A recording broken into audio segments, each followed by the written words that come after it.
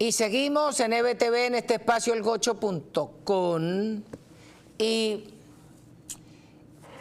hoy es un día de esos que uno se siente burlado, porque están en el proceso de concurso de los candidatos para la Fiscalía y para el Defensor del Pueblo, o sea, la Defensoría, porque están planteando soplarse a la BO y están planteando soplarse al de los 67 tatuajes como defensor. Pero uno de los candidatos es este ilustre personaje, que era el tipo que hablaba con los muertos. Este es como Haley Joel Osment, que era el muchacho de la película de Bruce Willis que decía, I see dead people all the time. Yo veo gente muerta todo el tiempo, porque este era el que veía a Chávez paseándose por el hospital militar y que lo veía echando chistes con las enfermeras. ¡Wow! Y ese es el defensor del pueblo. ¡Ay, hágame el favor! Pero no solo es que hay un poco de bichitos, además, que se repiten en las dos tablitas. Hay como 15 sujetos que están en la tablita del fiscal y en la tablita del defensor. Y uno dice, ¿y esto cómo es? Definitivamente en Venezuela lo que tenemos es una comiquita, pero esa comiquita tenemos que ir deshojando la margarita nosotros. Por eso es que es muy importante llevar propuestas, porque no es ir a presentar credenciales para ser el cargo de fiscal o el defensor, porque si es un poder autónomo, el que aspira a ser fiscal lo que tiene es que hacer una propuesta. Yo de fiscal me voy a raspar a los 600 fiscales que están matraqueando en todo el país y voy a desentar la institución. A mí qué me importa que tengan 14 títulos, lo que hay que ver es qué es lo que proponen para la institución. Lo mismo en la defensoría, que ver la cantidad de venezolanos que dejaron morir porque no les hicieron su defensa, porque no les permitieron que les diera el médico, que les dieran los medicamentos. Hay gente que se murió de mengua. Y esos son los sujetos que aspiran a esos cargos de representación.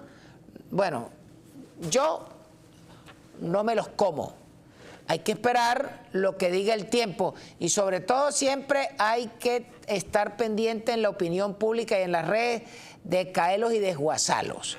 El otro tema que creo que insistir en tocar hoy es que en medio del proceso de la guerra en Irán, China se abstuvo junto con Rusia de votar la propuesta que llevaron los americanos al Consejo de Seguridad de las Naciones Unidas. Pero además de eso, entonces vemos que esa misma China es la que está sacando la lengua porque ya no recibe el petróleo de la golilla que le enviábamos nosotros.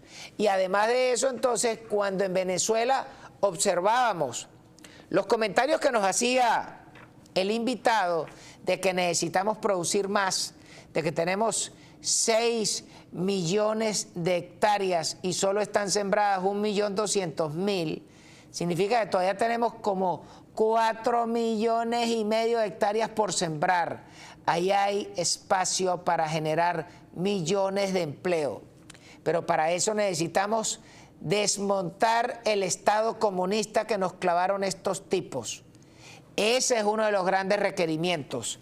Pero también, en medio de que estamos necesitando producir, entonces observamos que el último grito en guaracha que se plantean las universidades es que la Universidad Católica, la Metropolitana y la UCB se plantearon un congreso internacional de sostenibilidad del 18 al 20 de marzo, pagado por unas empresas y auspiciado por la Embajada Francesa.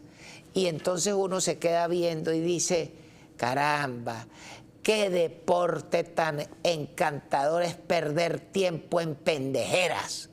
No es posible que cuando usted lee el programa de esa de ese Congreso de Sostenibilidad no es más que la Agenda 2030 de George Soros, de Ursula von der Leyen y del señor Macron. Es inaceptable que en Venezuela se esté perdiendo el tiempo en eso cuando lo que tienen que estar es produciendo. Estas universidades, léase el plan para que usted vea. Un cuento que ya hoy la humanidad lo superó. El cuento woke fue superado. En Venezuela, ¿qué necesitamos? En Venezuela estamos en el proceso de recibir la inversión petrolera. ¿Y qué es lo que deberían estar haciendo estas universidades? Aquí humildemente, búsquese cuál es el sistema de evaluación de un operador de un pozo petrolero en Houston, agarre la cartilla, cómo le hacen el examen para darle la licencia y ofrezca el curso en Venezuela. Si usted quiere verdaderamente generar empleos calificados para la industria petrolera que está previsto en invertir 100.000 millones de dólares, en vez de que tengamos que importar los trabajadores de campo petrolero traídos de México o traídos de Colombia o traídos de Brasil, ¿por qué no lo formamos en Venezuela? En eso es que tienen que estar las universidades y estas empresas. ¿Qué cuento sostenido del ambiente? Lo que hay que producir petróleo, que es donde está el grueso de la plata. Necesitamos crecer de 1.100.000 barriles que está produciéndose hoy en Venezuela. Hay que subir a más de 3 millones de barriles. Ese es el gran reto que tiene Venezuela para el futuro. Vamos a ver si tenemos algún mensaje. Entonces, si no hay mensajes, hemos llegado al final de esta entrega del Gocho.com. Mañana nos volvemos a ver. Hasta mañana.